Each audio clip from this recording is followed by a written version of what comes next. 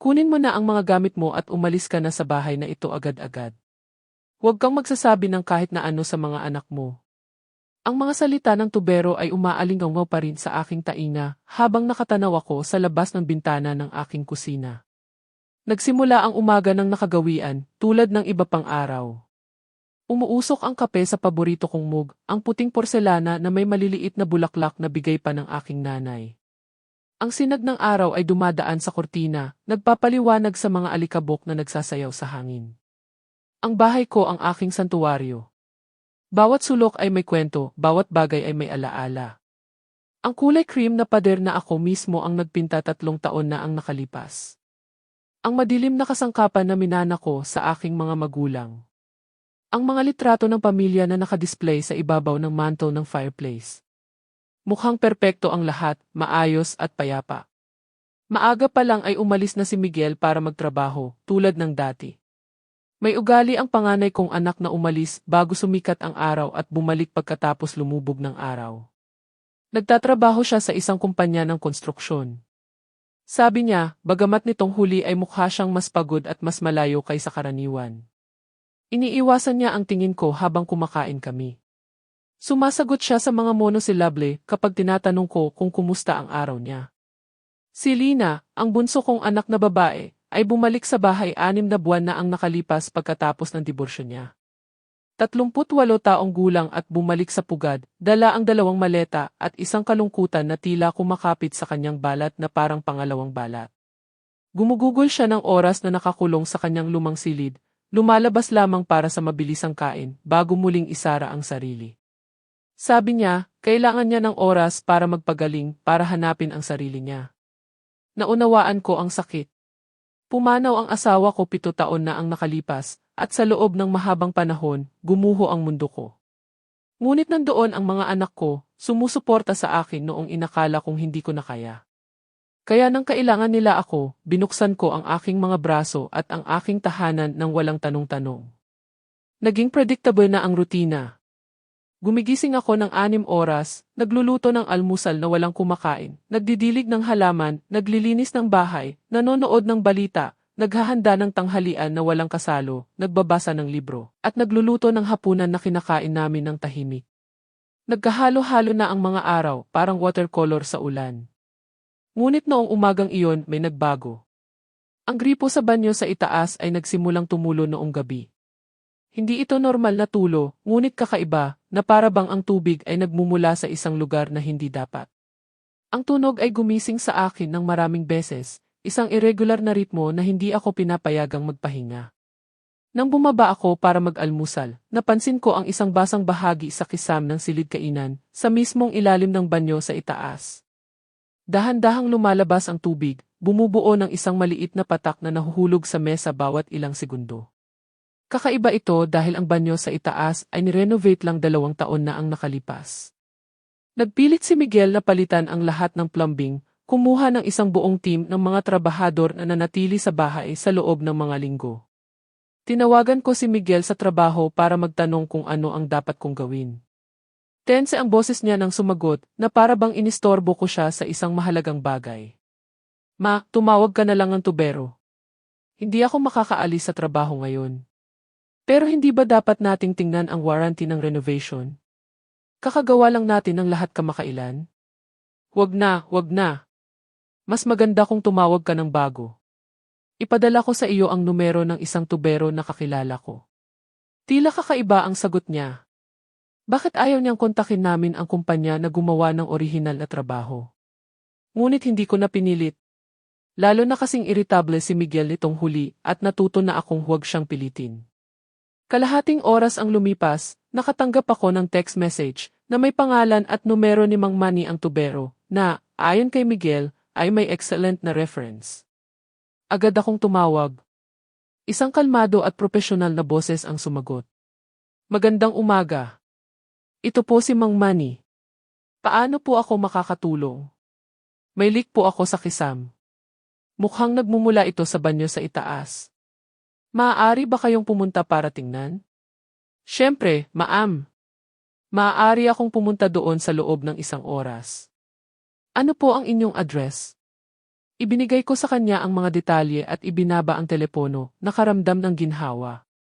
Hindi bababa sa malulutas na ang problema sa lalong madaling panahon. Ginugol ko ang oras ng paghihintay sa paglilinis ng kusina, paglilipat ng mga kasangkapan na maaaring mabasa, at paglalagay ng mga lalagyan para saluhin ang mga patak na nahuhulog pa rin mula sa kisam. Eksaktong 1 oras ang lumipas, tumunog ang doorbell. Binuksan ko ang pinto sa isang lalaki na nasa 50, katamtaman ang taas, may abuhing buhok at mababait na mata sa likod ng salamin. Nakasuot siya ng asul na overall at may dalang toolbox na mukhang nakakita na ng maraming taon ng trabaho. Aling Sofia, ako po si Mang Manny ang tubero. Tuloy po kayo. Nandito po ang problema. Dinala ko siya sa silid kainan at ipinakita sa kanya ang bahagi sa kisam. Tumingala siya, medyo sumimangot at tumango. Kailangan ko munang tingnan ang banyo sa itaas, at pagkatapos ay kailangan kong bumaba sa basement para tingnan ang pangunahing tubo. Siyempre, pakiramdam mo ay nasa bahay ka. Umakyat si Mang Manny nang may kumpiyansa at maya-maya ay narinig ko ang tunog ng kanyang mga kasangkapan na nagtatrabaho. Pagkatapos ng ilang minuto, bumaba siya ng may nag-iisip na ekspresyon. Ma'am, kailangan kong tingnan ang basement. May direktang access mula rito. Ang pinto ay nasa kusina. Kailangan mo ba akong sumama sa iyo? Hindi na kailangan. Kaya ko na ito. Baka tumagal ito ng medyo matagal. Tumango ako at bumalik sa aking mga gawain, ngunit may isang bagay sa kanyang tono na kinabahan ako. Hindi ko masabi kung ano iyon, ngunit may tensyon sa kanyang boses na wala doon nang dumating siya. Nawala si Mang Manny sa pinto ng basement at namayani ang katahimikan sa bahay. Naririnig ko lamang ang mga tunog ng kanyang mga kasangkapan na umaalingaw mula sa ibaba, isang malayong etyo na nagpapanatag sa akin. Hindi bababa sa may isang taong kompetent na humahawak sa problema. Nagbuhos ako ng isa pang tasa ng kape at umupo sa paborito kong upuan sa silid kainan kung saan maaari kong bantayan ang basang bahagi sa kisam. Tumigil ito sa pagtulo na isang magandang palatandaan. Baka natagpuan na ni Mang Manny ang pinagmulan ng problema at inaayos na niya ito. Tiningnan ko ang wall clock. 11:11 na ng umaga. Natutulog pa rin si Lina, tulad ng karaniwan sa kanya nitong huli. Simula nang magdiborsyo siya, naging ganap na erratic ang sleep schedule niya. Minsan, naririnig ko siyang naglalakad sa kanyang silid hanggang sa mga unang oras ng umaga. Sa ibang pagkakataon, hindi siya aalis sa kanyang silid hanggang sa hapon. Nag-aalala ako para sa kanya. Bilang isang ina, nakakabuo ka ng isang tiyak na intuition kapag may mali sa iyong mga anak, gaano man sila katanda. Pumayat si Lina, may maitim na bilog sa ilalim ng kanyang mga mata, at isang pamumutla na hindi normal sa kanya. Iminungkahi ko na magpatingin siya sa doktor, ngunit palagi siyang nakakahanap ng mga dahilan para ipagpaliban ito. Ayos lang ako, ma. Kailangan ko lang ng oras para iproseso ang lahat ng nangyari kay Ricardo. Ang sasabihin niya sa tuwing binabanggit ko ito, ngunit hindi ako kumbinsido. Ang ex-husband niya ay isang troubled na lalaki. Totoo iyon. Ngunit mukhang may pinagdaanan si Lina na mas malalim kaysa sa sakit lang ng paghihiwalay. Nagpatuloy ang mga ingay mula sa basement sa loob ng halos 1 oras. Paminsan-minsan, naririnig ko si Mang Manny na gumagalaw sa iba't ibang lugar, naghila ng mabigat na bagay, dahan-dahang tinatapik ang mga tubo para subukan ang mga ito. Siya ay isang meticulous na trabahador. Nagustuhan ko iyon. Napakaraming profesional ngayon ang gumagawa ng minadali at superficial na trabaho. Nagpa siya akong maghanda ng tanghalian. Baka ang amoy ng pagkain ay gumising kay Lina at maaari kaming magbahagi ng pagkain ng magkasama tulad noong mga nakaraang araw. Binuksan ko ang refrigerator at tiningnan kung ano ang mayroon ako. Manok, sariwang gulay, bigas. Maaari akong gumawa ng stew na gustong-gusto niya noong bata pa siya. Habang hinihiwa ang sibuyas, naalaala ko ang sande ng pamilya mula noong mga taon na ang nakalipas. Upo ang asawa ko sa couch na nagbabasa ng pahayagan, si Miguel ay maglalaro sa bakuran kasama ang kanyang mga toy car, at si Lina ay tutulong sa akin sa kusina na nakatayo sa isang silya para abutin ang counter. Puno ng tawanan, usapan, buhay ang bahay. Ngayon ay iba na ang lahat. Naging tahimik, halos malungkot ang mga Sunday. Umuuwi si Miguel ng gabi mula sa trabaho, kahit sa weekend, palaging may urgent na proyekto na kailangan niyang asikasuhin. Si Lina ay gumugugol ng araw sa kanyang silid o lumalabas nang hindi nagsasabi kung saan siya pupunta. Nasasanay na ako sa kalungkutan, ngunit hindi iyon nangangahulugang nag-i-enjoy ako rito. Ang tunog ng mga yabag na umaakyat mula sa basement ay nakagambala sa aking mga iniisip. Lumitaw si Mang Manny sa kusina, ngunit may nagbago sa kanyang hitsura. Nawalan ng kulay ang kanyang mukha, at nanginginig ng bahagya ang kanyang mga kamay habang isinasara niya ang kanyang toolbox. Tapos na po ba kayo? Natagpuan ba ninyo ang problema? Tanong ko, pinupunasan ang aking mga kamay sa aking apron. Kakaiba ang tingin ni Mang Manny sa akin, na para bang may sinusuri siya sa mukha ko.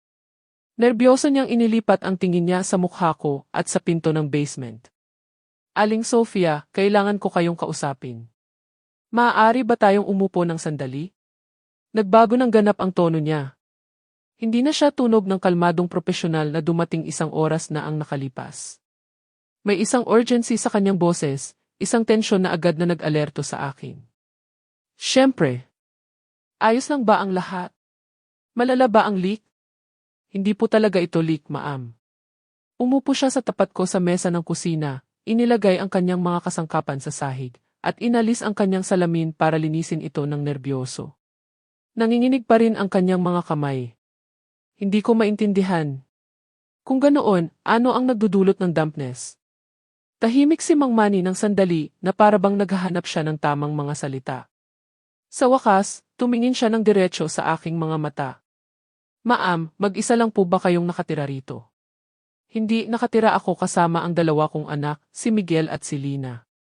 Pareho na silang matatanda, ngunit pansamantalang bumalik sila sa bahay at may libre silang access sa basement. Tila kakaiba ang tanong. Well, bahay rin naman nila ito. Bakit mo natanong? Yumuko si Mang Manny, binaba ang boses niya na parabang may isang taong makakarinig. Aling Sofia, ang natagpuan ko po sa ibaba ay hindi problema sa plumbing. May isang taong nag-install ng isang bagay sa basement, isang bagay na hindi dapat nandoon. Nagsimulang bumilis ang tibok ng puso ko. Anong klaseng bagay? Ito. Masalimuot ipaliwanag, ngunit ang masasabi ko po sa inyo ay hindi ito aksidente. May isang taong naglagay niyan doon ng sinasadya at ang taong iyon ay lubos na nakakakilala sa bahay na ito. Pakiramdam ko ay gumagalaw ang sahig sa ilalim ng aking mga paa. Sinasabi mo ba na may isang taong pumasok sa bahay ko para mag-install ng isang bagay sa basement ko? Hindi, ma'am. Hindi ko po iniisip na estranghero iyon. Ang kanyang mga salita ay nakabitin sa hangin sa pagitan namin na parang isang nakalalasong ulap. Hindi ko lubos na maproseso kung ano ang ipinapahiwatig niya. Hindi ko maintindihan. Ano ang sinusubukan mong sabihin sa akin? Tumayo si Mang Manny at naglakad sa bintana, tumingin sa labas sa hardin na parabang tinitiyak na mag-isa lang kami. Ma'am, napansin po ba ninyo ang anumang kakaibang sintomas nitong huli? Hindi karaniwang pagod, sakit ng ulo, hirap matulog. Nagulat ako sa tanong. Well, mas pagod ako kaysa karaniwan at nagkaroon ako ng ilang sakit ng ulo, ngunit matanda na akong babae. Normal lang ang mga bagay na iyon. At ang mga anak po ninyo, nagpakita ba sila ng parehong mga sintomas? Nag-isip ako ng sandali. Ngayon na binanggit niya ito, hindi ko napansin si Miguel o si Lina na nagrereklamo ng pagod o sakit ng ulo. Sa katunayan, sa kabila ng mga problemang emosyonal ni Lina, mukhang pareho silang nasa mabuting pisikal na kalusugan. Hindi, mukhang maayos naman sila. Tumango si Mang Manny ng seryoso, na para bang kinumpirma ng sagot ko ang kanyang mga hinala. Ma'am, kailangan ninyo akong pakinggan ng napakabuti. Ang sasabihin ko sa inyo ay magiging mahirap para tanggapin, ngunit mahalaga na paniwalaan ninyo ako. Bumalik siya sa mesa at umupo sa harap ko, kinuha ang aking mga kamay sa kanya. Malamig at damp ang kanyang mga palad. Ang aparato na natagpuan ko sa inyong basement ay konektado sa sistema ng ventilation ng bahay na ito. Partikular, ito ay nakadirekta patungo sa inyong silid-tulugan. Sa silid-tulugan ko. Ano ang ibig sabihin niyan?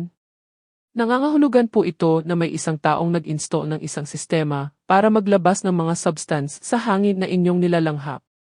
Mga substance na maaaring dahan-dahang magpasakit sa inyo. Ang mga salita ay tila nagmumula sa malayo na parabang naririnig ko ang mga ito sa pamamagitan ng isang tunel. Hindi sila maaaring maging totoo. Hindi nangyayari ang mga bagay na tulad nito sa totoong buhay, at tiyak na hindi sa bahay ko kasama ang pamilya ko. Imposible iyan. Kailangan may pagkakamali. Baka ito ay isang uri ng air purifier na in-install noong renovation na hindi mo lang nakikilala. Mahigpit na umiling si Mang Manny. Ma'am, ako po ay tubero ng mahigit 20 taon. Nakita ko na ang lahat ng uri ng plumbing, ventilation, at filtration system. Ang nasa inyong basement ay hindi air purifier. Ito ay ganap na iba. Tumayo ako mula sa upuan, kailangan kong gumalaw, gumawa ng isang bagay sa nervous energy na nagtatayo sa aking dibdib. Hindi ito maaaring mangyari. Kailangan may isang lohikal na paliwanag. Mayroon, tahimik na sabi ni Mang Manny. May isang taong nasa bahay na ito ang gustong saktan kayo. Ang mga salita ni Mang Manny ay umalinggaw sa aking ulo na parang mga funeral bell. May isang taong nasa bahay na ito ang gustong saktan ako. Kumapit ako sa likod ng upuan, pakiramdam ko ay bibigay ang aking mga binti anumang sandali. Hindi, imposible yan. Hinding-hindi ako sasaktan ng mga anak ko. Pinalaki ko sila. Mahal ko sila. Mahal nila ako. Kailangan nagkakamali ka. Tumayo si Mang Manny ng dahan-dahan na may ekspresyon ng isang taong malapit ng magbigay ng nakakapinsalang balita. Aling Sofia, naiintindihan ko na mahirap itong tanggapin, ngunit kailangan ninyong sumama sa akin sa basement para makita ninyo gamit ang inyong sariling mga mata kung ano ang natagpuan ko. Umiling ako ng marahas. Ayoko makita ng kahit na ano. Gusto kong umalis ka sa bahay ko ngayon. Baliw ka kung iniisip mo na paniniwalaan ko ang sarili kong mga anak. Pakiusap, pinutol niya ako sa isang mahinahon ngunit matatag na boses. 5 minuto lang. Kung pagkatapos mong makita ang ipapakita ko sa iyo, iniisip mo pa rin na nagkakamali ako, aalis ako agad at hindi mo na ako maririnig pang muli. May isang bagay sa kanyang tono ang nagpatigil sa akin. Hindi siya tunog ng isang baliw o isang taong gumagawa ng mga kwento. Siya ay tunog ng isang lalaki na nakakita ng isang bagay na kakilakilabot at hindi alam kung paano ito ipapaabot ng hindi sinisira ang aking mundo. Ano ba talaga ang natagpuan mo sa ibaba? Mas maganda kung makita mo mismo. Hindi sapat ang mga salita. Tumingin ako patungo sa hagdanan na patungo sa itaas na palapag kung saan malamang ay natutulog pa rin si Lina. Pagkatapos ay tumingin ako sa pinto ng basement. Sa loob ng 40 taon, bumaba ako sa basement na iyon ng daan-daang beses para maglaba, kumuha ng dekorasyon sa Pasko, mag-imbak ng mga bagay na hindi na namin ginagamit. Ito ay isang pamilyar, ligtas na espasyo. Sige, sabi ko sa wakas, ngunit 5 minuto lang. Tumango si Mang Manny at kumuha ng flashlight mula sa kanyang toolbox. Kakailanganin ninyo ito. Hindi masyadong maganda ang ilaw sa bahaging iyon. Sinundan ko si Mang Manny sa pinto ng basement, ang puso ko ay tumitibok ng napakalakas na sigurado akong maririnig niya ito. Bumaba kami sa kahoy na hagdanan na kumikiskis sa ilalim ng aming mga paa. Ang parehong tunog na narinig ko ng libu-libong beses dati. Ngunit ngayon bawat kiskis ay tila masama, parang isang babala. Ang basement ay may pamilyar na amoy ng dampness at katandaan. Ang mga karton ay nakasalansan sa mga pader, ang washer at dryer sa kanilang karaniwang sulok. Ang mga kasangkapan sa paghahardin ay nakabitin ng maayos. Mukhang normal ang lahat. Dito, bulong ni Mang Manny, patungo sa pinakamalayo na sulok ng basement sa likod ng furnace. Sinundan ko siya, dahan-dahang inaayos ang aking mga mata sa dim na ilaw. Binuksan ni Mang Manny ang kanyang flashlight at itinutok ito sa isang bahagi ng dingding na bihirang kong bisitahin. Sa una, wala akong nakitang hindi karaniwan. Ano ang dapat kong tingnan? Tingnan ng mas malapit. Sa likod ng mga tubong iyon. Sinundan ko ang sinag ng kanyang flashlight at pagkatapos ay nakita ko ito. Nakatago sa pagitan ng normal na mga tubo ng plumbing ay isang bagay na tiyak na hindi kabilang doon. Isang serye ng mas manipis na tubo na gawa sa mukhang specialized plastic na konektado sa isang kahon na metal na kasing laki ng isang toaster. Ano iyan? Lumapit ka pa. Lumapit ako at itinutok ni Mang Manny ang ilaw ng direkta sa aparato. Ngayon ay nakita ko na mayroon itong maraming compartment. Ang ilan ay naglalaman ng mga likido ng iba't ibang kulay. Ang iba ay may mukhang mga digital timer na may kumikislap na pulang numero. Ito po ay konektado sa sistema ng ventilation ng inyong bahay, paliwanag ni Mang Manny sa isang mababang boses. Partikular, ang mga tubong ito ay umaakyat at kumokonekta sa mga air duct na direkta patungo sa inyong silid-tulugan. Hinawakan ko ang isa sa mga tubo gamit ang nanginginig na mga daliri. Ito ay mainit na para bang tumatakbo ito kamakailan. Anong klaseng mga likido ang mga iyon? Hindi ako chemist, ngunit mula sa amoy at consistency, masasabi ko na ang mga ito ay mga substance na dinisenyo para magdulot ng unti-unting epekto sa sinumang lumalanghap sa mga ito. Talamak na pagod, isang huminang immune system, baka isang bagay na maseryoso sa paglipas ng panahon. Tumanggi ang isip ko na lubos na iproseso kung ano ang nakikita ko. Ngunit kailangan ito ng kaalaman sa teknikal, isang specialized na installation. Hindi ito isang bagay na maaari mong gawin sa isang hapon. Eksakto. Ang sinumang gumawa nito ay alam ng eksakto kung ano ang ginagawa nila at mayroon silang walang limitasyong access sa inyong bahay hanggat kinakailangan.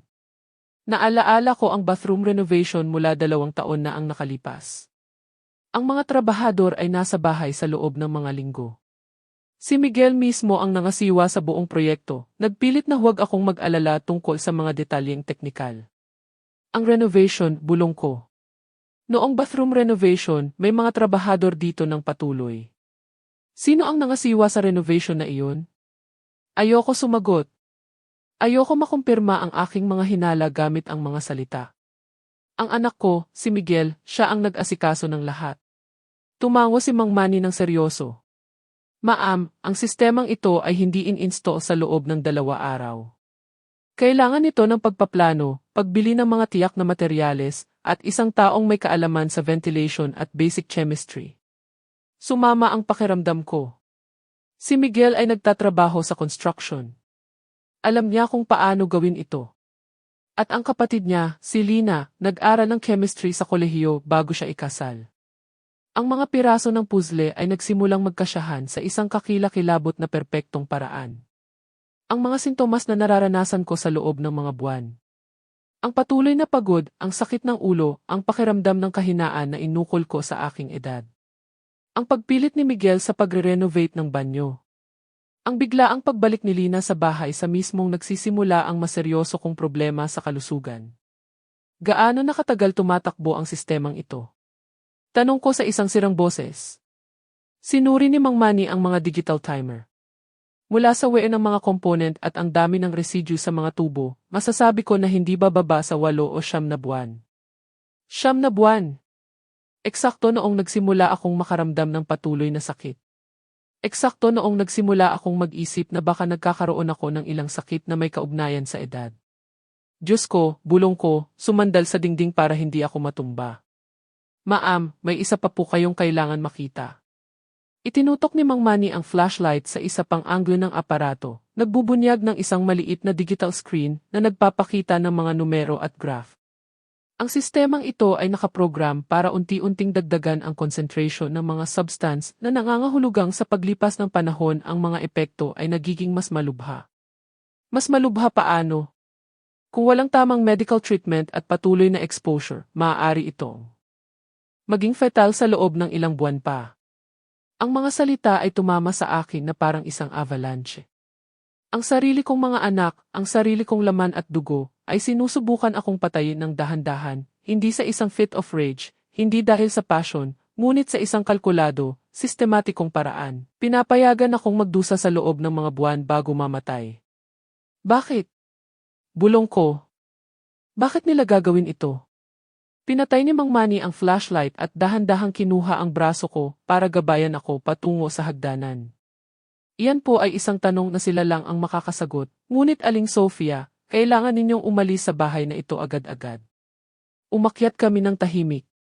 Pakiramdam ko ay jelly ang aking mga binti. Kalahati lang ang gumagana ng isip ko. Nang makarating kami sa kusina, tumama sa akin ang katotohanan ng may panibagong puwersa.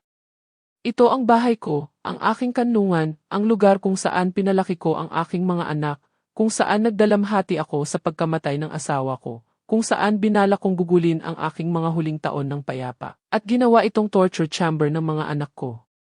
Aling Sofia, matatag na sabi ni Mang Manny, makinig po kayo sa akin ng napakabuti. Kailangan ninyong kunin lamang ang mga essentials, umalis sa bahay na ito ngayon, at huwag sabihin sa mga anak ninyo kung saan kayo pupunta. Ngunit hindi ko lang sila basta maiiwan. Ito ang bahay ko. Sila ang mga anak ko. Ang mga anak po ninyo ay sinusubukan kayong patayin, sabi ni Mang Manny nang may katigasan na nagulat sa akin. Walang conversation na sulit na magkaroon sa mga taong umabot na sa ganito. Tumingin ako patungo sa hagdanan na patungo sa itaas na palapag. Si Lina ay nasa itaas, malamang ay gumigising pa lang, nagpaplano na bumaba para magtanghalian. Ang muntikong si Lina, na napakabait na bata, na nagbigay ng ginhawa sa akin nang mamatay ang tatay niya, na umiyak sa aking mga braso nang gumuho ang kanyang kasal. Hindi ako makapaniwala na kasama siya, mahina kong sabi. Ma'am, ang kaalaman sa kimika na kailangan para rito ay hindi basic. Ang sinumang nagdisenyo ng mga mixture na iyon ay alam ng eksakto kung anong epekto ang idudulot ng bawat substance at sa anong concentration. Nag-aral ng chemistry si Lina. Nagtrabaho siya sa isang lab sa loob ng mga taon bago ikasal. Kailangan ko silang kausapin. Kailangan nilang ipaliwanag kung bakit. Mariing umiling si Mang Manny. Huwag, ma'am. Kapag nalaman nila na natuklasan ninyo ang kanilang plano, baka gumawa sila ng isang bagay na desperado. Kailangan muna ninyong makaligtas. Ang katahimikan sa kusina ay naging nakabibingi. Naririnig ko ang pag-ikot ng wall clock, ang malayong hum ng refrigerator at ang sarili kong hirap na paghinga. Tinitingnan ako ni Mang Manny nang maihalo ng habag at urgency, naghihintay na iproseso ko ang kalakhan ng natuklasan ko. Kailangan kong umupo, bulong ko, bumagsak sa isa sa mga upuan sa kusina. Ang aking mga kamay ay nanginginig ng hindi makontrol. Sinubukan kong sumipsip ng kape ko, ngunit ang tasa ay kumakalabog ng sobra na natapon ang likido. Lumapit si Mang Manny at dahan-dahang kinuha ang tasa mula sa aking mga kamay. Ma'am, naiintindihan ko na nakakapinsala ito, ngunit bawat minuto na nananatili kayo sa bahay na ito ay mapanganib. Mapanganib? Sila ang mga anak ko, Mang Manny.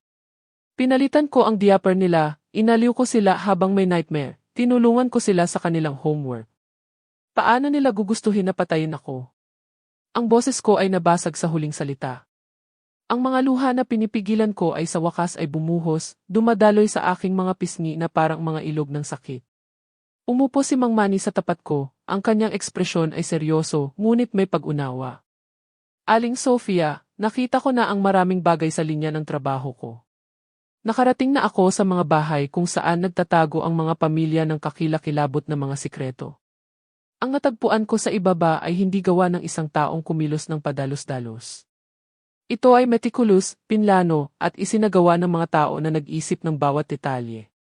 Ngunit kailangan may isang paliwanag.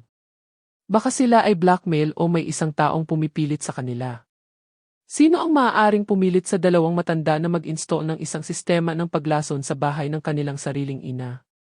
At kung sila ay blackmail, hindi ba sila pupunta sa inyo para humingi ng tulong? Ang kanyang mga salita ay may malupit na lohika na hindi ko kayang pabulaanan. Sinubukan kong mag-isip ng anumang bagay na maaaring ipaliwanag ang hindi maipaliwanag, ngunit bawat linya ng pangangatwiran ay gumuho laban sa pisikal na ebidensya na nakita ko gamit ang aking sariling mga mata. Ang pera, bulong ko ng biglaan. Kailangan tungkol ito sa pera. Yumuko si Mang Manny. Anong pera? Nang mamatay ang asawa ko, nag-iwan siya ng isang malaking life insurance policy. Dagdag pa rito, mayroon akong habambuhay na savings. At ang bahay na ito, napakalaki na ng halaga ngayon na ang neighborhood ay na-gentrified na. Gaano karami ang pinag-uusapan natin? Sa pagitan ng policy, ang savings, at ang halaga ng ari-arian, malapit sa 45 milyong piso. Tumango si Mang Manny ng seryoso. Iyan ay isang halaga na maaaring mag-udyok sa mga desperadong tao na gumawa ng mga kakilakilabot na bagay. Ngunit hindi sila desperado. Si Miguel ay may trabaho. Si Lina ay makakakuha ng pera mula sa diborsyo. Sigurado po ba kayo riyan? Kailan ang huling beses na nakipag-usap kayo ng totoo sa kanila tungkol sa kanilang mga sitwasyon sa pananalapi? Nag-isip ako tungkol sa tanong na iyon. Ang totoo ay, wala akong matinding conversation sa alinman sa aking mga anak sa loob ng mga buwan. Si Miguel ay palaging busy, pagod, o nasa masamang mood. Si Lina ay nananatili sa kanyang sarili sa kanyang silid o lumalabas nang hindi nagsasabi kung saan. Hindi ko talaga alam kung kumusta sila sa pananalapi, inamin ko. Inakala ko lang na maayos sila dahil hindi sila humingi sa akin ng tulong. Baka po dahil alam nila na makukuha nila ang lahat ng pera ninyo sa ibang paraan. Ang pangungusap ay tumama sa akin na parang isang sampal. Pakiramdam ko ay may sakit ako sa pisikal, iniimagine ang aking mga anak na nakaupo ng magkasama, nagpaplano ng aking kamatayan, kinakalkula kung gaano katagal ito abutin, naghahati ng aking mga ari-arian bago pa man ako nawala. Paano sila nakatira sa akin sa loob ng lahat ng mga buwan na ito, kumain sa aking mesa, nagpapanggap na mahal ako, alam ang ginagawa nila sa akin. Hindi ko po alam, ma'am, ngunit ang alam ko ay ang mga taong may kakayahan na gawin ito ay mapanganib at kailangan ninyong lumayo sa kanila ngayon. Isang ingay mula sa itaas ang nagpagulat sa akin. Mga yabag sa ikalawang palapag. Gising na si Lina. Ma, tawag niya mula sa itaas. Sino ang kinakausap mo? Nagkatinginan kami ni Mang Manny. Nakita ko ang tensyon sa kanyang mga mata, ang urgency na umalis bago maging mas masalimuot ang sitwasyon. Sabihin mo sa kanya na ako ang tubero at malapit na akong matapos. Bulong ni Mang Manny. Ang tubero iyon, anak. Inaayos niya ang leak, sigaw ko, sinusubukan kong panatilihin ang boses ko na normal. Okay, bababa ako sa loob ng 1 minuto. Agad na tumayo si Mang Manny. Ma'am, kailangan na nating umalis ngayon. Nasa isang lugar po ba ang mga importante ninyong dokumento na accessible? Nasa safe sa silid tulugan ko. Kunin ninyo ang mga iyon. Kunin lamang kung ano ang essential. Ay, bank papers, ilang damit. Maghihintay ako rito para siguraduhin na hindi bababa ang anak ninyo. Tumayo ako sa nanginginig na mga binti. Bawat hakbang patungo sa hagdanan ay parang paglalakad sa isang cliff. Umakyat ako sinusubukan na maging kasing tahimik hanggat maaari, bagamat ang puso ko ay tumitibok ng napakalakas na sigurado akong maririnig ito sa buong bahay. Ang silid tulugan ko ay mukhang pareho ng dati. Ang kama ay perpektong gawa, mga litrato ng pamilya sa nightstand, ang closet ay nakaorganisa ayon sa kulay. Ngunit ngayon alam ko na ang lason ay lumalabas sa espasyong ito, partikular na dinisenyo para pahinain ako hanggang mamatay ako. Binuksan ko ang safe gamit ang nanginginig na mga kamay. Sa loob ay ang aking pinakamahalagang dokumento, ang aking will, ang deed sa bahay, impormasyon sa bangko ng insurance policy. Kinuha ko ang lahat at isiniksik ito sa isang maliit na handbag. Pagkatapos ay pumunta ako sa closet at kinuha ang ilang basic na damit. Habang nag-iimpake ako, ang aking mga mata ay nahulog sa isang litrato sa aking dresser. Ito ay mula sa huling Pasko, 8 lang na buwan na ang nakalipas. Kaming tatlo ni Miguel at Lina ay nakangiti sa harap ng Christmas tree. Nakaakbay si Miguel sa akin. Si Lina ay humahalik sa aking pisngi. Sa litratong iyon, mukha silang ang mapagmahal na mga anak na inakala kong sila, ngunit ngayon alam ko na sa oras na iyon ay nagsimula na silang lasunin ako. Na-install na ni Miguel ang sistema. Nakalkula na ni Lina ang mga chemical dose. At nandoon sila, nakangiti, nagpapanggap ng pag-ibig habang isinasagawa nila ang aking dahan-dahang kamatayan. Kinuha ko ang litrato at inilagay ito sa aking bag, hindi dahil gusto kong alalahanin ang sandaling iyon, ngunit dahil kailangan kong tandaan na ang mga taong pinakamalapit sa atin ay maaaring maging pinakamapanganib. Narinig ko ang mga boses sa ibaba. Bumaba na si Lina at nakikipag-usap kay Mang Manny. Ang boses niya ay tunog normal, halos masigla, na para bang hindi siya isang mamamatay tao na nakikipag-usap sa lalaki na nakatuklas ng kanyang krimen. Bumaba ako sa hagdanan ng kasing tahimik hanggat maaari. Mula sa ilalim na step, nakita ko si Lina sa kusina, nakasuot ng pink pajamas at slippers, ang buhok niya ay magulo mula sa pagtulog. Mukha siyang napaka-inosente, napaka-vulnerable. So, ang problema ay ang lumang mga tubo pala, sabi niya kay Mang Manny. Eksakto, sagot niya sa isang profesional na tono. Ayos na ang lahat ngayon. Hindi na kayo dapat magkaroon ng anumang problema. Nakakaluwag sa loob, ma, sobrang nag-alala siya tungkol sa leak na iyon. Lumingon si Lina at nakita ako na bumababa sa hagdanan gamit ang aking handbag. Aalis ka, ma? Ang tanong ay nagpatigas sa akin. Paano ako magsisinungaling sa kanya? Paano ako magpapanggap na normal ang lahat kung alam ko ang ginawa niya? May ilang errands akong kailangan gawin, sabi ko, sinusubukan kong panatilihin ang boses ko na matatag. Gusto mong sumama ako sa iyo? Wala akong plano ngayon. Ang alok ay kinatakutan ako. Ano ang mangyayari kung lumabas ako kasama siya? Nagplano ba siya na gumawa ng isang bagay kung naghinala siya na natuklasan ko ang kanilang plano? Hindi na kailangan. Boring lang na mga bagay sa bangko. Lumapit si Mang Manny gamit ang kanyang toolbox. Well, Aling Sofia, tapos na ang trabaho ko rito. Hindi na kayo dapat magkaroon ng anumang problema. Naunawaan ko na ito ang paraan niya para sabihin sa akin na oras na para umalis. Magkano ang utang ko sa iyo? Tanong ko, nakikisabay lang. US dollars 6 na po, mga 3,500 piso. Kinuha ko ang pera mula sa aking purse at ibinigay sa kanya. Ang aming mga mata ay nagtagpo ng sandali. Sa kanyang tingin, nakita ko ang determinasyon at proteksyon.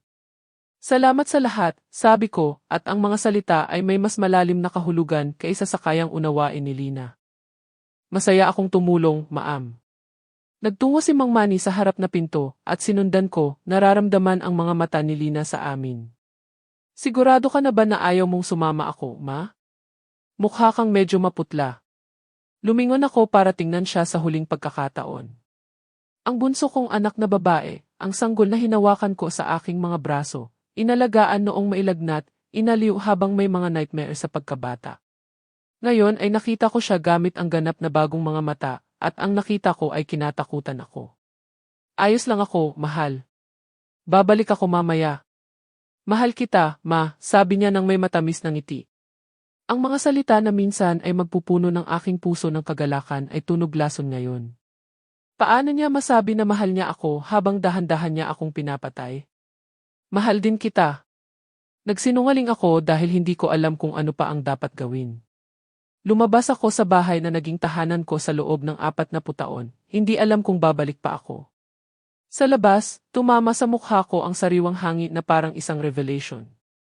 Hindi ko napagtanto kung gaano nakakasakal ang kapaligirang iyon hanggang sa nakatakas ako rito.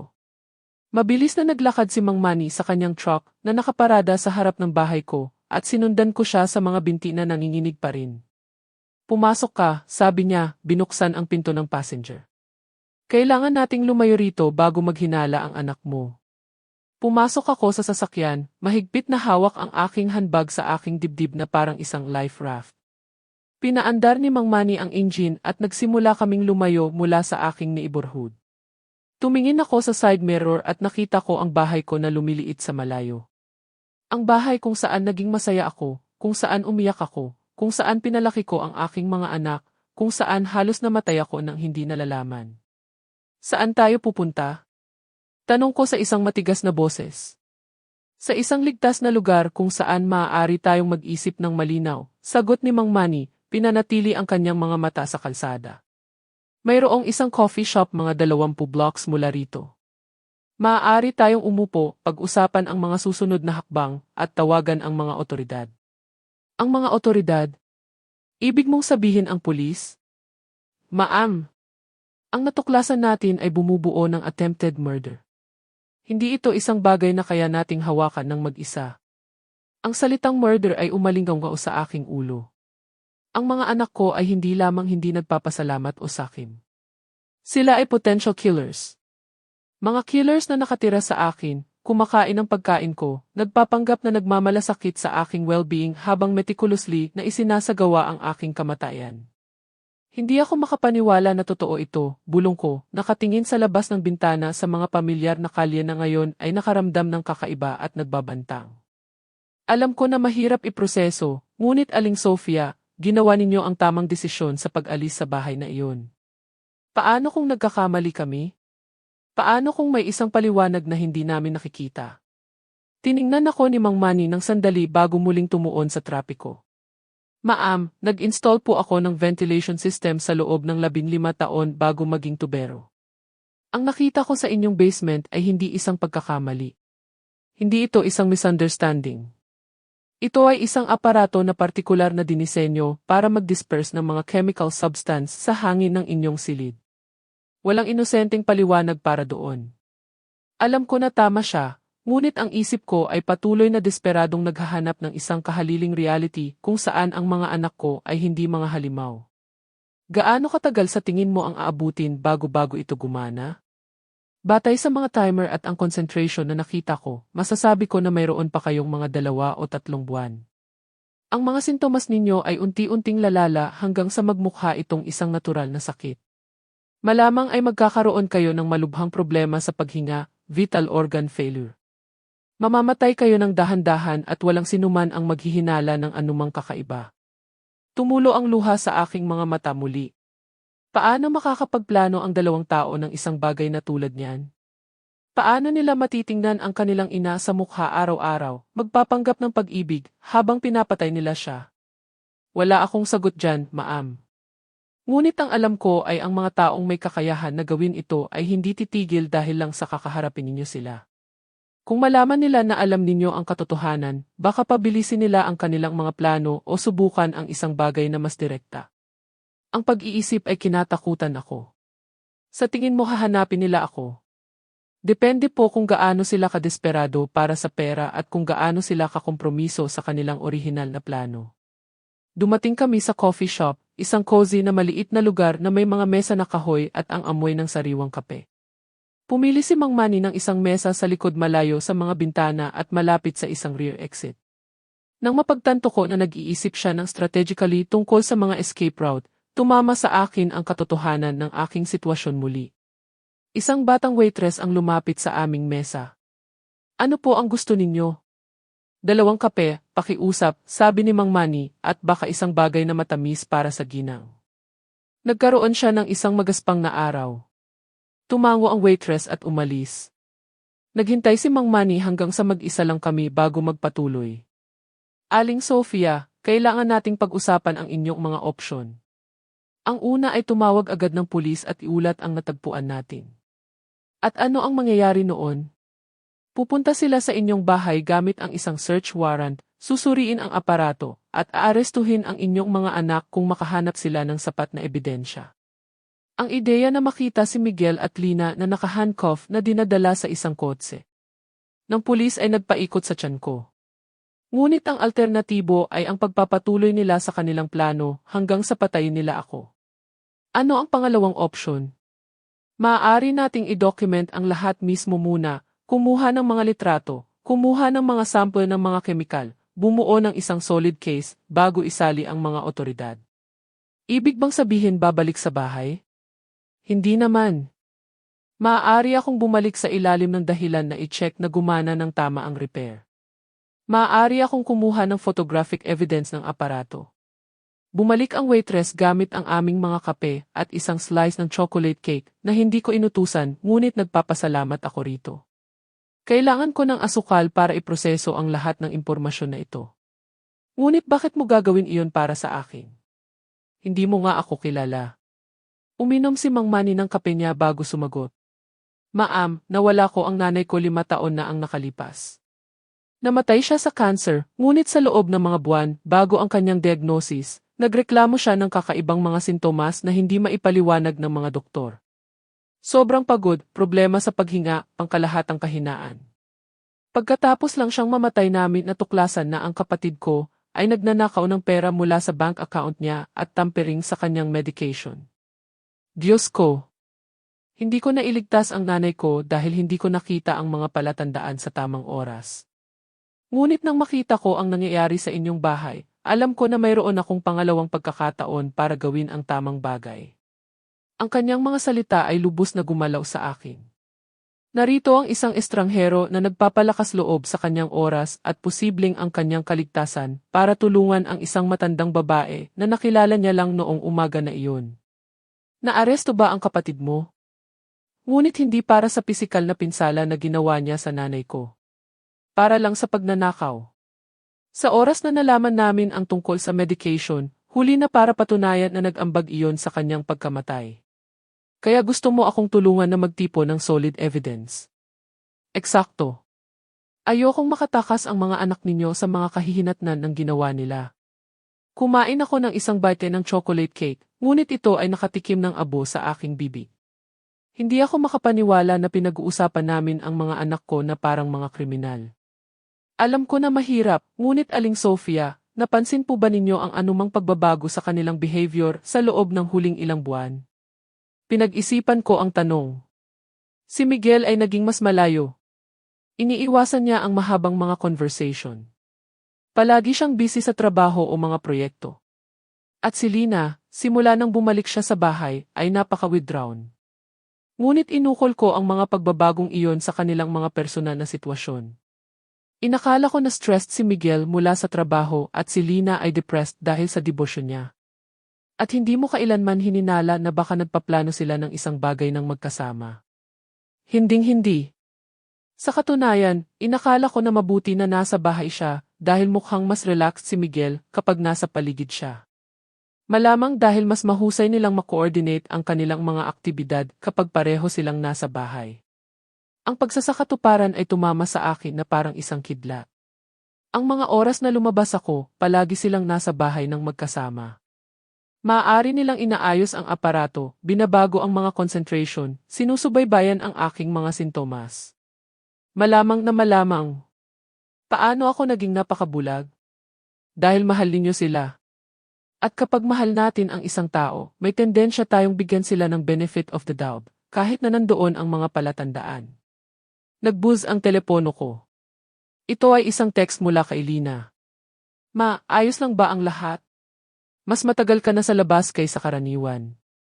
Ipinakita ko ang message kay Mang Manny. Tumigas ang kanyang ekspresyon. Sinusubaybayan na nila ang inyong mga galaw. I-text mo siya pabalik na ayos ka lang, ngunit na-hold up ka sa bangko. Nag-type ako ng sagot. Inimungkahi ni Mang Manny, nanginginig ang aking mga daliri sa screen. Nangangahulugan ito na kailangan nating kumilos ng mabilis, sabi ni Mang Manny pagkatapos kong ipadala ang message.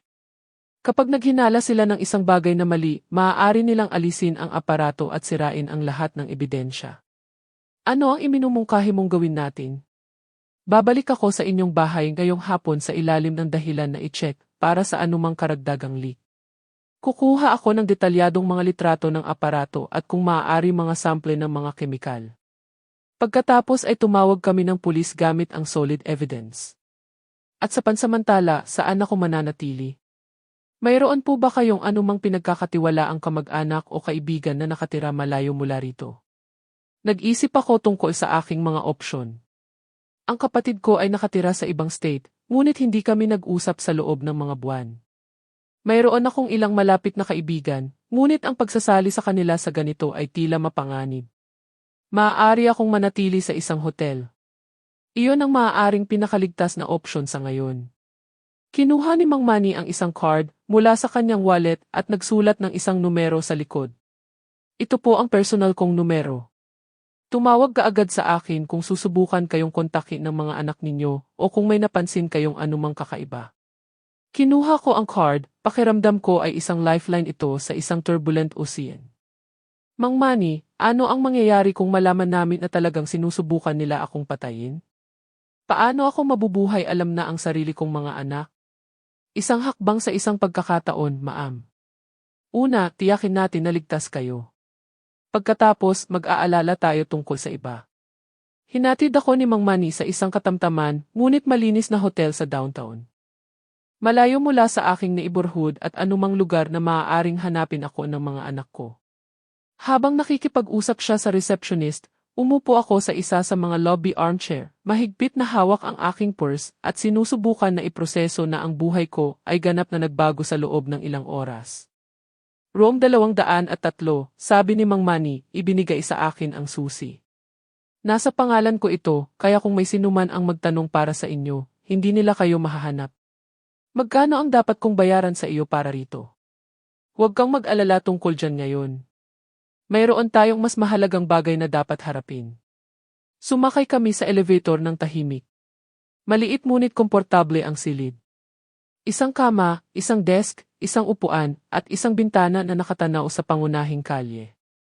Sinuri ni Mang Manny ng maingat ang silid, Tinitiyak na ang mga bintana ay may mga lock at ang pinto ay may double bolt.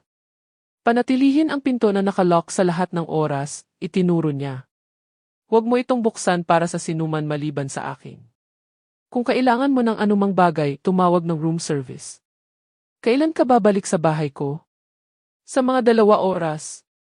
Sasabihin ko sa kanila na nakatanggap ako ng tawag mula sa isa pang client na nagrereklamo ng katulad ng mga issue at gusto kong i-verify na ang repair ko sa kanilang bahay ay tumatagal. Hindi sila maghihinala ng anumang bagay. Ito ay karaniwang practice sa aking propesyon na i-double-check ang mga komplikadong trabaho. Nagtungo si Mang Manny sa pinto, ngunit tumigil bago umalis. Aling Sofia, may isang bagay akong kailangan itanong sa inyo. May will po ba kayo? Ang tanong ay nakakuha sa akin ng hindi inaasahan. Bakit? Ang mga anak po ba ninyo ang tanging beneficiaries? Ang lahat ay hinahati ng pantay sa pagitan ni Miguel at Lina. Tumango si Mang Manny ng seryoso. Iyan ang nagpapatunay sa motive.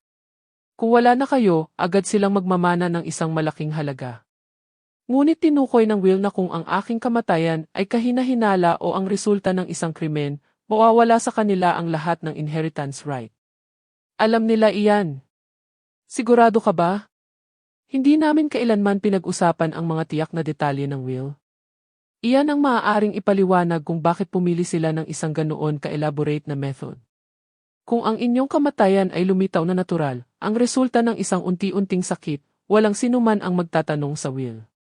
Ang kalkulado, lamig ng kanilang mga aksyon ay kinatakutan ako muli. Hindi lang nila pinlano na patayin ako, ngunit pinlano nila na gawin ito sa isang paraan na ginagarantiya na makikinabang sila sa pananalapi mula sa aking kamatayan.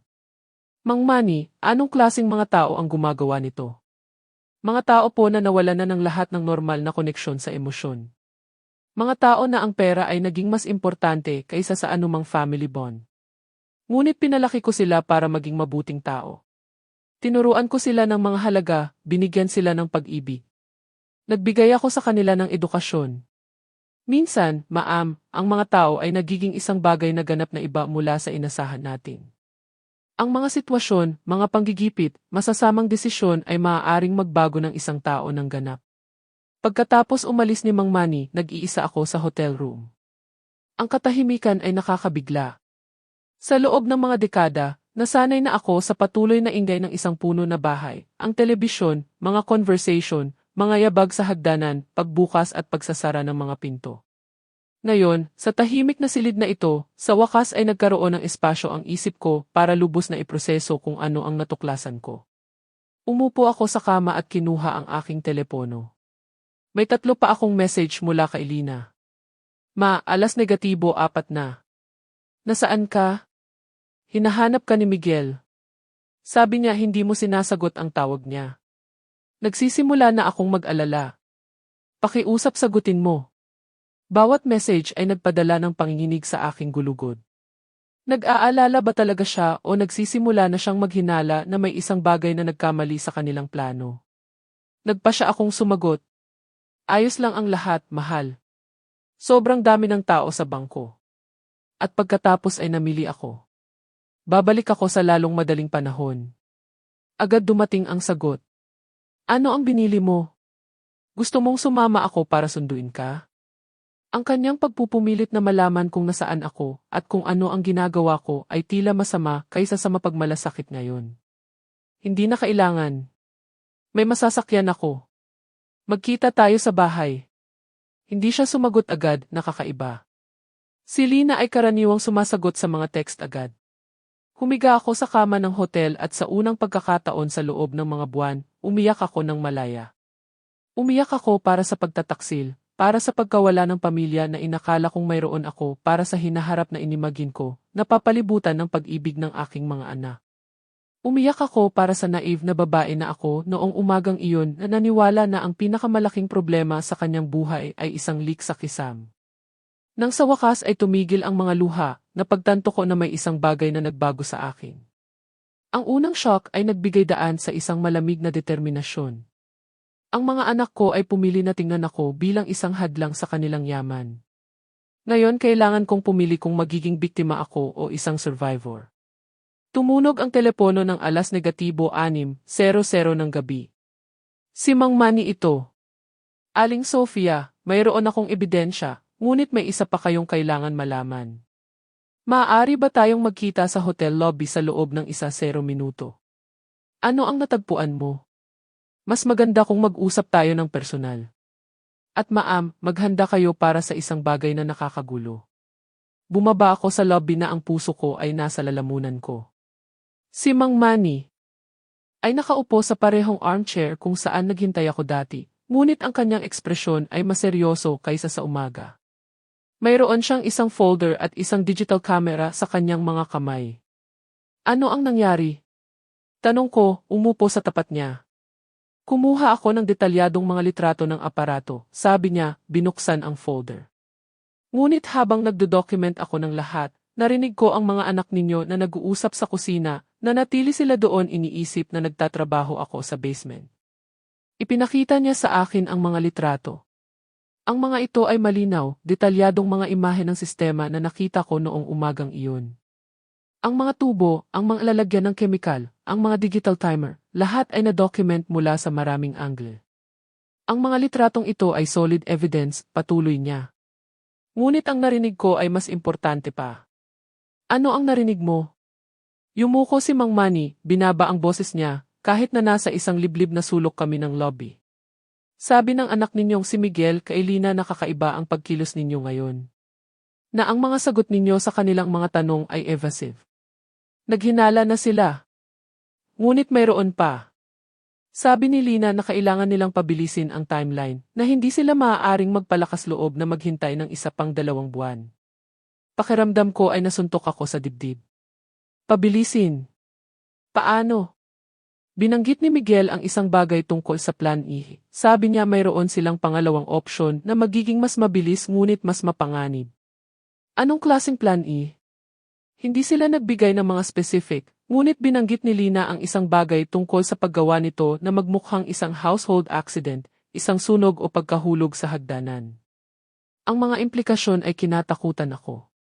Kung hindi na nila ako mapapatay ng dahan-dahan gamit ang lason, handa silang mag-resort sa mas direkta at marahas na mga method. Sinabi rin nila ang isang bagay tungkol sa pera. Apparently, si Miguel ay may mga utang sa gambling na halos 6 milyong piso, at si Lina ay hindi makakakuha ng anumang bagay mula sa diborsyo dahil nalaman ng ex-husband niya na nagkakaroon siya ng affair. Ang mga piraso ng puzzle ay nahulog sa lugar ng kakilakilabot. Hindi lang ito pangkalahatang kasakiman. Pareho silang desperado sa pananalapi. Mga utang sa gambling. May utang si Miguel sa mga loan shark na hindi eksaktong nag-uunawa tungkol sa huli ng mga pagbabayad. Binanggit ni Lina na pinipilit nila siya, nagbabanta ng pisikal na karahasan. At ang diborsyo ni Lina. Apparently, kumuha ang ex-husband niya ng isang private investigator na nagdo-document ng kanyang infidelity. Sa ilalim ng mga batas sa diborsyo, nangangahulugan iyon na wala siyang nakukuhang financial settlement. Biglang, nagkaroon ito ng isang kakilakilabot na uri ng kahulugan. Hindi lang gusto ni Miguel ang pera ko. Desperado niya itong kailangan para iligtas ang sarili niyang buhay. At nawalan na ng lahat ng pag-asa si Lina sa financial stability pagkatapos ng kanyang diborsyo. Kaya, wala na talaga silang ibang choice, bulong ko. Mula sa kanilang perspective, ang pagpatay sa akin ang tanging paraan para malutas ang kanilang mga problema. Iyan ang kinakatakutan ko. At ngayon na naghinala sila na may isang bagay na mali, maaari silang kumilos ng impulsively. Kumuha pa ng mga litrato si Mang Manny mula sa folder, ngunit may isa pa akong natagpuan. Pagkatapos nilang matapos mag-usap, bumaba sila sa basement ng magkasama. Gusto nilang i-verify na ang aparato ay gumagana pa rin ng tama. Sinundan mo sila. Nagtago ako sa isang sulok at pinanood sila. Aling Sofia, ang nakita ko ay nagkumpirma na nangyayari na ito sa loob ng mga buwan. Ipinakita niya sa akin ang isang litrato ng isang notebook na nagawa niyang kumuha mula sa malayo. Ang mga pahina ay puno ng mga petsa, oras, at handwritten notes. Ano iyan? Isang detalyadong log ng inyong response sa lason. Mga petsa kung kailan mukha kayong mas pagod. Kailan kayo nagreklamo ng sakit ng ulo? Kailan kayo nahirapan matulog? Sinusubaybayan na nila ang lahat na para bang isang science experiment. Ang litrato ay nagpakita ng mga entry tulad ng Marso 15, nagreklamo si mama ng pagkahilo pagkatapos ng tanghalian. Marso 22, natulog hanggang 10 oras ang napakakaiba. Abril 3, nakalimutan ang appointment sa dentista, lumalaki ang mental confusion. Sinusubaybayan na nila ang aking paghina, bulong ko, pakiramdam ko ay may sakit ako. At inaayos ang mga 12 batay sa kanilang mga observation. Tingnan ang entry na ito mula noong nakaraang buwan. Itinuro niya ang isang linya na nakasulat, bawasan ang nighttime concentration, masyadong halata ang mga sintomas. Iminumungkahi ni Miguel na ilipat sa morning release kapag nag-iisa siya. Pinipino na nila ang proseso para siguraduhin na walang sinuman ang nakakapansin kung ano ang nangyayari sa akin. Eksakto, ngunit may isa pa pong mas nakakagulo. Tumingin si Mang Manny sa susunod na pahina ng mga litrato. Nagpakita ito ng isang listahan na nakasulat sa handwriting ni Lina. Ano ang sinasabi nito? Ito ay isang listahan ng mga sintomas na inasahan nilang magkaroon kayo at isang timeline para sa kung kailan nila pinlano na lumabas ang bawat isa. Binasa ko ang listahan ng mailumalaking takot. Mga linggo 1 hanggang 4, pangkalahatang pagod na maaaring iukol sa pag-edad. Mga linggo 5 hanggang 8, problema sa memorya, banayad na kalituhan. Mga linggo 9 hanggang 12, hirap sa paghinga, pisikal na kahinaan. Mga linggo 13 hanggang 16 na, malubhang pagkasira, posibleng ospital. Mga linggo 17 hanggang 20. Organ failure, mukhang natural na kamatayan, nasa linggo 14 na tayo, sabi ni Mang Manny nang may kalungkutan. Ayon sa kanilang timeline, dapat ay nasa ospital na kayo. Dahan-dahang namamatay habang sinusubukan ng mga doktor na malaman kung anong misteryosong sakit ang tumama sa inyo. Ngunit nandito pa rin ako, sabi ko, pakiramdam ko ay lumalaki ang isang matinding determinasyon sa aking dibdib. Nabigo ang kanilang perpektong plano. Ngunit ngayon alam nila na may isang bagay na nagkamali. At ang mga desperadong tao ay gumagawa ng mga desperadong bagay. Nag-vibrate ang telepono ko. Ito ay isang message mula kay Miguel. Ma, bumalik ang tubero para i-check ang trabaho niya. Sabi niya perpekto ang lahat. Kailan ka uwi? Alam na nila na wala kayo kung saan kayo dapat, sabi ni Mang Manny, binabasa ang message sa aking balikat. At nagsisimula na silang magpanik. Ano ang gagawin natin ngayon? Tumawag agad ng pulis. Gamit ang mga litratong ito at ang narinig ko, mayroon na tayong sapat na ebidensya para arestuhin sila. Ngunit bago ako makasagot, tumunog ang telepono ko. Si Lina ito. Sagutin mo, sabi ni Mang Manny. Ngunit maging napakaingat sa sasabihin mo. Ma, nasaan ka? Sobrang nag-aalala kami ni Miguel. Ang boses niya ay tunog iba. May tensyon na wala doon sa mga nakaraang conversation. Ayos lang ako, mahal. Bakit sobrang nag-aalala? Kasi ang tubero ay may sinabing kakaiba nang dumating siya para i-check ang trabaho niya. Bumilis ang tibok ng puso ko. Ano ang sinabi niya?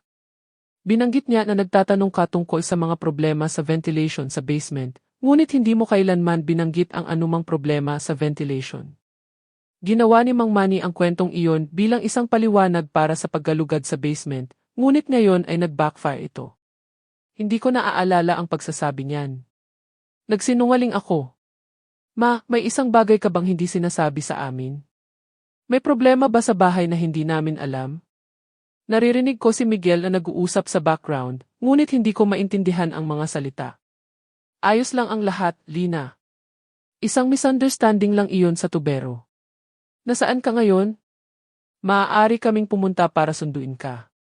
Ang tanong ay tunog parang isang banta na nagkukunwari bilang isang alok ng tulong. Hindi na kailangan. May masasakyan ako.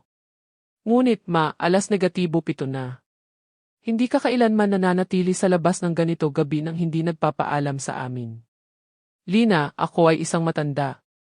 Hindi ko kailangan humingi ng pahintulot para umalis sa bahay. Alam ko, ngunit may pause at narinig ko ang mga bulong sa background. Gusto ni Miguel na kausapin ka. Bago ako makapagprotesta, pinalitan ng boses ni Miguel ang kay Lina. Ma, kailangan mong umuwi ngayon. Ang tono niya ay ganap na nagbago. Hindi na siya ang nag-aalalang anak. Siya ay tunog authoritarian, halos nagbabantang. Excuse me. Sabi mo nag-i-errands ka sa bangko at namimili, ngunit -5 nagsara ang bangko at wala ka namang binili. Nasaan ka ba talaga? Hindi ko kailangan ipaliwanag ang aking mga galaw sa iyo, Miguel. Kailangan mo. Lalo na kapag nagsisimula kang kumilos ng napaka-suspicious at kakaiba. Naghinuha si Mang Manny na ibaba ko ang telepono, ngunit kailangan kong marinig kung gaano kalayo ang handa nilang puntahan. Kakaiba sa ano? Sinabi sa amin ng tubero na nagtatanong ka ng napakatiyak na mga tanong tungkol sa ventilation system. Mga tanong na tanging isang taong magtatanong kung maihinala silang isang bagay na mali. Lumamig ang dugo ko. Pinagsama nila ang mga piraso ng mas mabilis kaysa sa inaasahan namin. Hindi ko alam kung ano ang pinag-uusapan mo. Ma, umuwi ka ngayon. Maaari nating pag-usapan ito bilang isang pamilya. At paano kung ayoko umuwi? Nagkaroon ng isang mahaba at charged na pause. Nang magsalita muli si Miguel, ang boses niya ay kasing lamig ng yelo. Kung ganoon, kailangan naming sunduin ka. Ibinaba ko ang telepono gamit ang nanginginig na mga kamay. Ang mga salita ni Miguel ay umalinggaw sa aking ulo na parang isang direktang banta. Tiningnan ako ni Mang Manny nang may seryosong ekspresyon. Narinig niya ang sapat na conversation para maunawaan na ang sitwasyon ay lumala ng mapanganib. Aling Sofia, kailangan na nating tumawag ng pulis ngayon. Alam ng mga anak ninyo na may natuklasan kayo at handa silang gumawa ng mga drastic measure para patahimikin kayo, sabi ni Mang Manny, kinuha ang sarili niyang telepono. Teka, sabi ko, hinawakan ang braso niya. Ano ang sasabihin namin sa kanila? Na ang mga anak ko ay dahan-dahang nilalason ako at nagbanta lang sa akin sa telepono. Tunog parang ang paranoid fantasy ng isang matandang babae. Mayroon tayong mga litrato, ang pisikal na aparato sa inyong basement, at ako ay isang saksi sa conversation na narinig ko sa pagitan nila. Iyan ay solid evidence. Bago siya makasagot, nag-vibrate muli ang telepono ko. Sa pagkakataong ito ay isang text mula sa isang numero na hindi ko nakikilala. Aling Sofia, alam namin kung nasaan ka.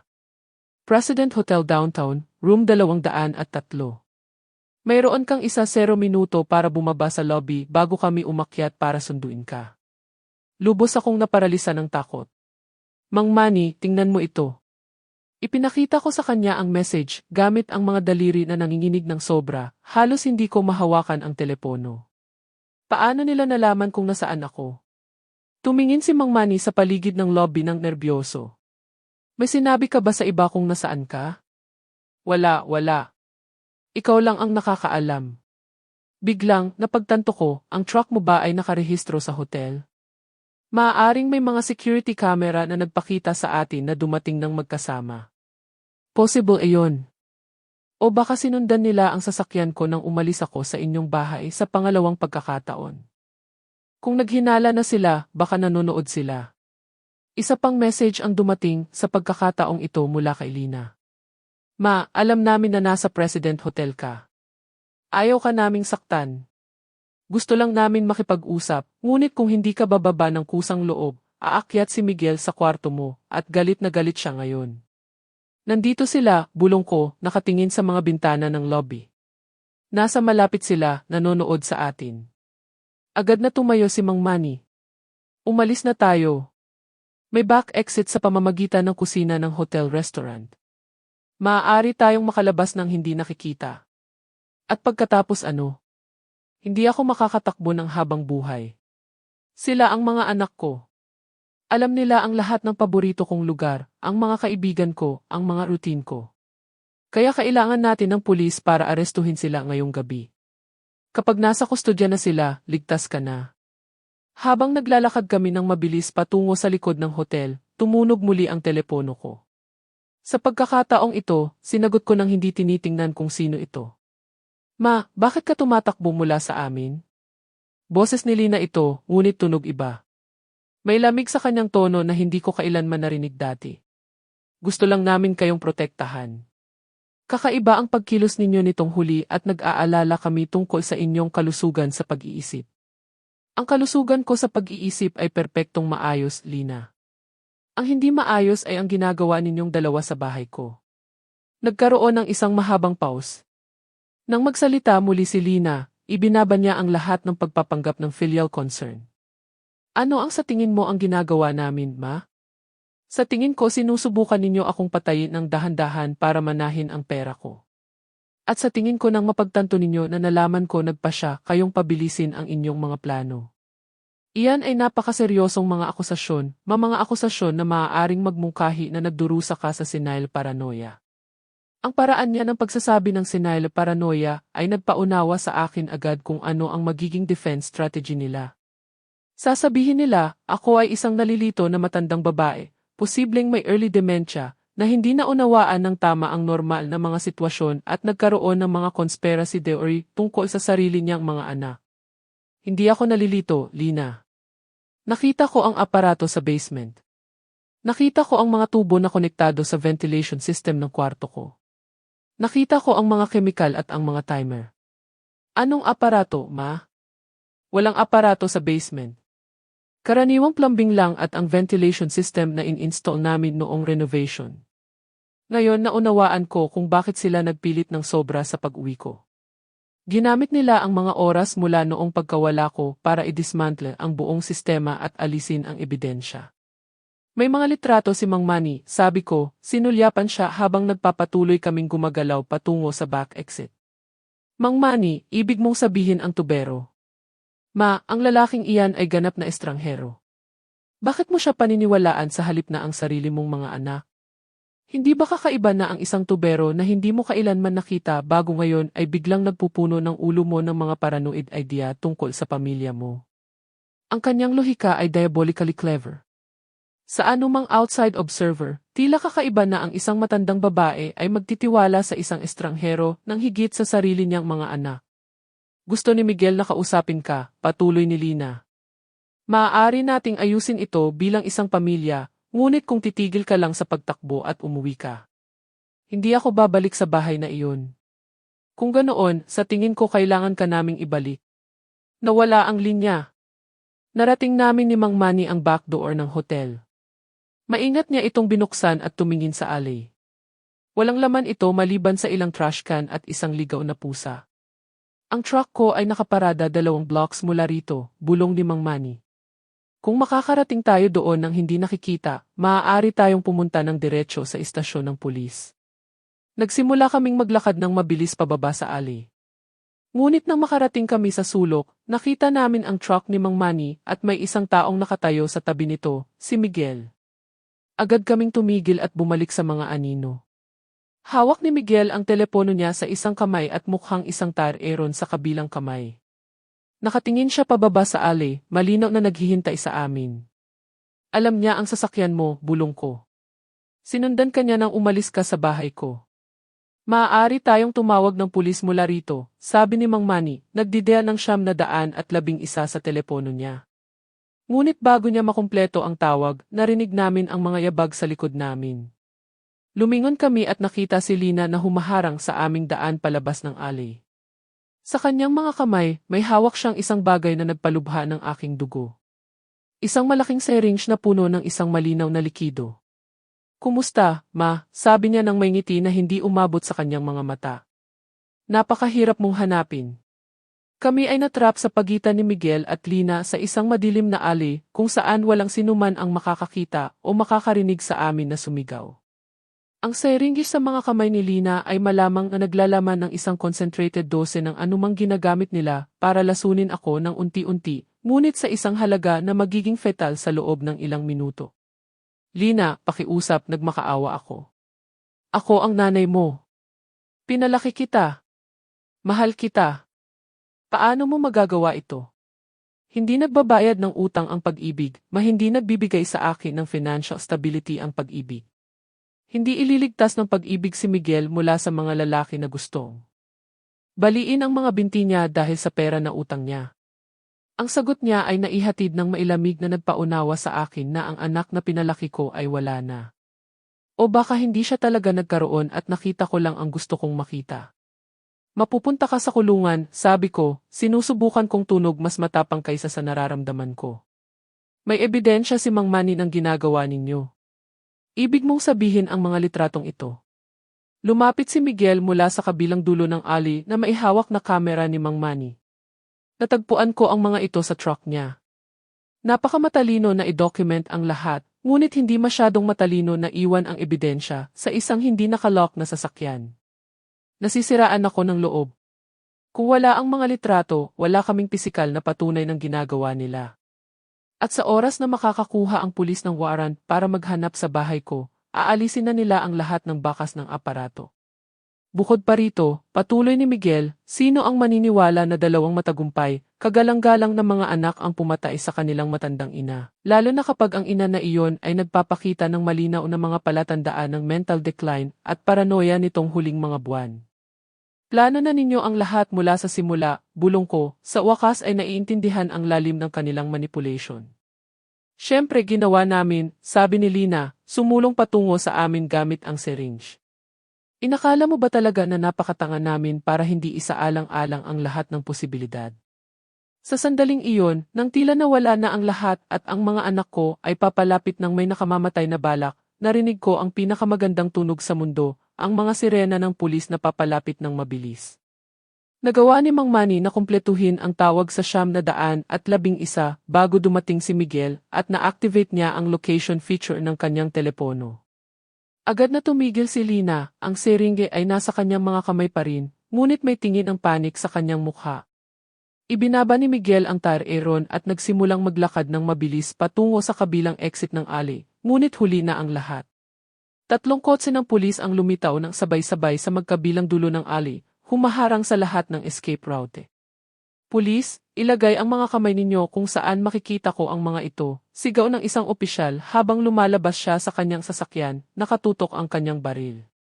Agad na itinaas ni Miguel ang kanyang mga kamay, ngunit tila iniisip ni Lina na gamitin ang syringe sa akin bilang isang huling desperadong pagkilos.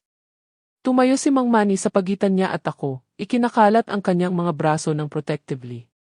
Miss, dahan-dahan ibaba ang nasa iyong mga kamay at umatras, utos ng isang babaeng opisyal na lumapit mula sa kabilang panig. Hindi ito ang hitsura nito, sigaw ni Lina, ngunit ang boses niya ay tunog hysterical. Ang babaeng ito ay ang nanay ko at nagdurusa siya sa demensya.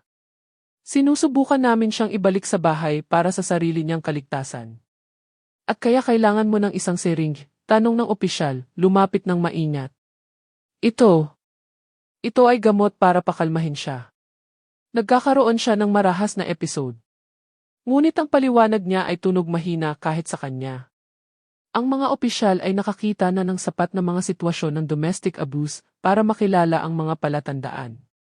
Sa susunod na 30 minuto, habang si Miguel at Lina ay naka-handcuff at binabasa ang kanilang mga right, umupo ako sa likod ng isang ambulansya na tinawag para i-check ang aking kalusugan. Ibinibigay ni Mang Manny ang kanyang detalyadong testimony sa isang detective. Ipinapakita ang mga litrato na nagawa niyang i-email sa sarili niyang account bago sirain ni Miguel ang kanyang kamera. Aling Sofia, sabi ng lead detective, lumapit sa akin pagkatapos magtapos kay Mang Manny, kailangan ninyong sumama sa amin sa istasyon para ibigay ang inyong buong statement. Ngunit una, hahanapin namin ang inyong bahay gamit ang isang warrant para i-document ang anumang ebidensya na maaaring nandoon pa. Wala na kayong mahahanap ngayon, sabi ko sa kanya. May oras sila para alisin ang lahat. Maaaring, ngunit ang mga kriminal, lalo na ang mga first-timer, ay madalas na nagkakamali sa kanilang panik na linisin ang isang scene. Bukod pa rito, ang ilang uri ng chemical residue ay halos imposible na alisin ng ganap. 3 oras ang lumipas, nakaupo sa isang interrogation room, umiinom ng kakilakilabot na kape, at nagbibigay ng aking testimony sa pangatlong pagkakataon, nakatanggap ako ng kumpirmasyon na tama ang detective. Natagpuan nila ang mga bakas ng mga kemikal sa mga ventilation duct ng silid-tulugan ko, residue sa mga tubo ng basement na nagmadali na i-disconnect, at ang pinaka nagpapatunay sa lahat, ang notebook na may detalyadong log ng aking mga sintomas na nakatago sa silid ni Lina. Apparently, sa kanilang pagmamadali na i-dismantle ang pisikal na aparato, nakalimutan nilang alisin ang nakasulat na documentation ng kanilang experiment. 6 na buwan na ang nakalipas mula noong kakilakilabot na gabi sa alley. Si Miguel at Lina ay inaresto at sinampahan ng kaso ng premeditated attempted murder. Sa panahon ng trial na tumagal ng 3 linggo, ang buong katotohanan ay lumabas. Ang mga utang ni Miguel sa gambling ay umabot sa 7 milyong piso. At ang mga loan shark ay nagsimulang magbanta hindi lamang sa kanya, kundi pati na rin kay Elina. Nawala sa kanya ang lahat sa kanyang diborsyo dahil sa kanyang napatunayang infidelity at nahaharap siya sa bankruptcy. Magkasama, kinalkula nila na ang aking kamatayan ay magbibigay sa kanila ng agarang access sa 45 milyong piso sa life insurance, savings, at ang halaga ng ari-arian. Ang slow poisoning method ay ideya ni Lina. Naalala niya ang sapat mula sa kanyang chemistry studies para magdisenyo ng isang mixture na gagaya ng natural na pagkasira dahil sa pag-edad. Sa panahon ng trial, wala sa kanila ang nagpakita ng anumang tunay na pagsisisi. Ang kanilang mga statement ay nakatuon sa pagbibigay katwiran sa kanilang mga aksyon dahil sa financial desperation na para bang binawasan nito ang kalubhaan ng pagsasabuatan para patayin ang sarili nilang ina. Si Miguel ay sinentensyahan ng 25 taon sa kulungan nang walang posibilidad ng parol sa loob ng 15 taon. Si Lina ay nakatanggap ng 20 taon na may posibilidad ng parol pagkatapos ng 12.